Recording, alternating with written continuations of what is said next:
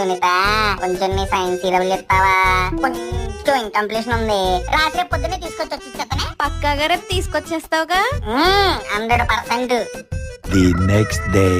అబ్బా science sir వచ్చారు, ఇంకా పుల్ రాలేదేంటి?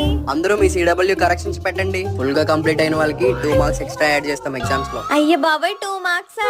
ఈ దొంగ సచ్చినోడు ఇంకా రాలేదు. ఈ పులిగాడ వల్ల నాకు 2 మార్క్స్ పోయి. సునీత పులిగాడు అక్కడ క్రికెట్ ఆడుతున్నాడు చూడు.